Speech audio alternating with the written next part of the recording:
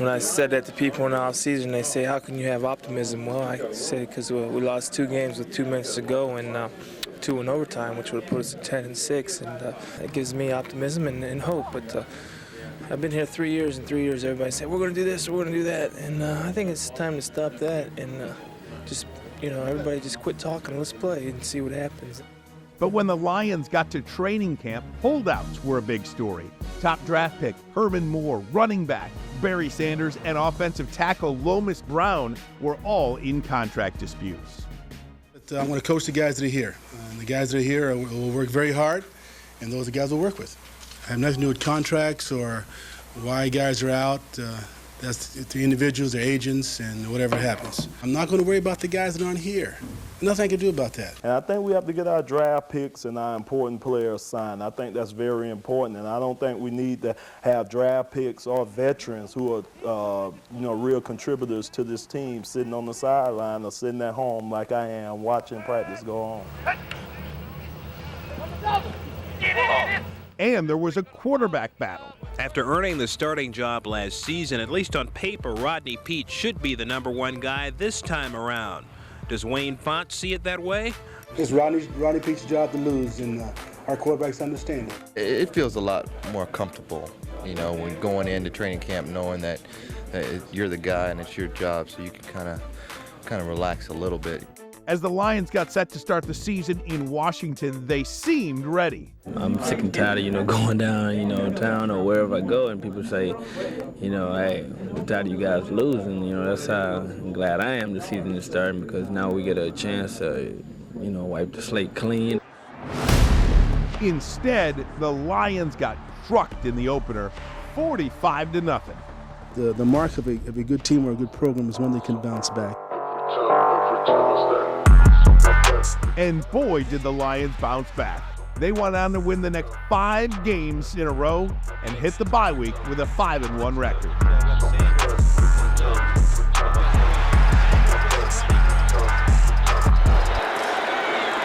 First down and more. Look out.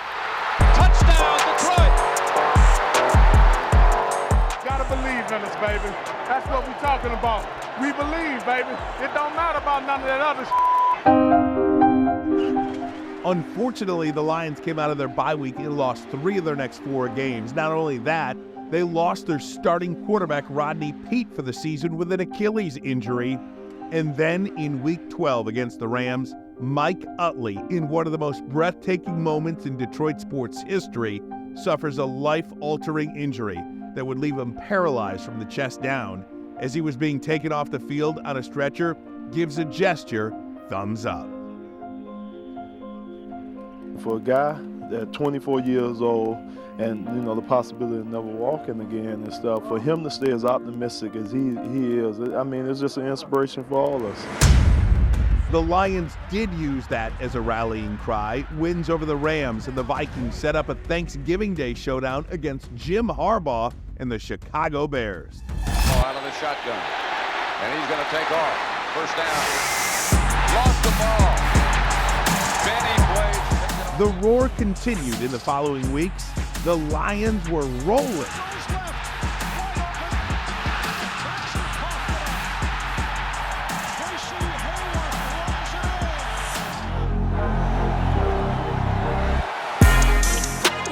And with the win over the Packers, Detroit clinched a playoff berth. And then on the final Sunday of the regular season, the Lions beat the Bills in overtime, winning the NFC Central Division. This is probably one of the great wins of Detroit Lion history. I'm not stepping on any toes when I say that, but for this football team, Buffalo talked about having 4 or 2 or 3 guys out. We played about seven starters, and for this team to take up that level and to focus and win a game that no one gave a chance to win, I'm very, very proud of the football team. And with that, a home playoff game. Bedlam outside of the Silverdome box office. Thousands of fans showing up to get their tickets. What you got in the first or second row? You got 106 and 107? Come on, man. You can get more tickets. Come on, hurry up. You got what's in the 107? What row? It's great for me, it's for the team, and for the whole city.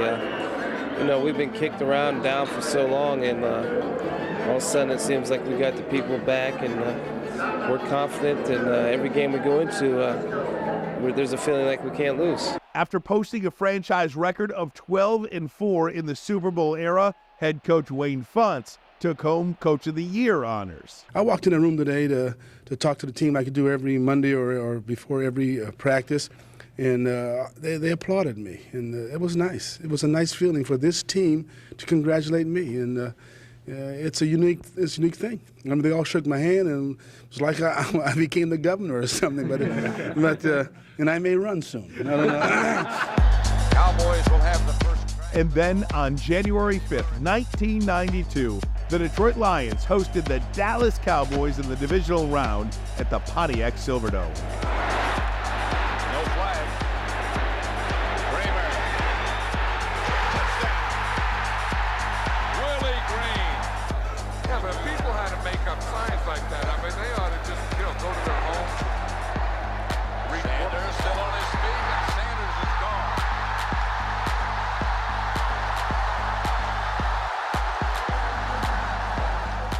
What a great win. No one gave us a chance to win this football game but this football team. We had so many guys hurt. They did a great job, and I'm so proud of this team and my own Mr. Ford for believing in our program. Anytime you win, it's great.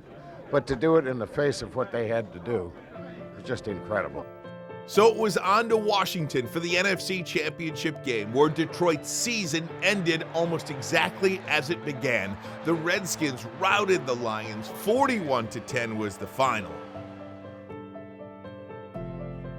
You wish you could play it over again? Well, you always wish that, when you lose. That's the nature of the game. The playoff win against the Dallas Cowboys remains Detroit's only playoff win since 1957. Hoping this 2023 team changes all of that. Plenty of expectations that this is finally our year.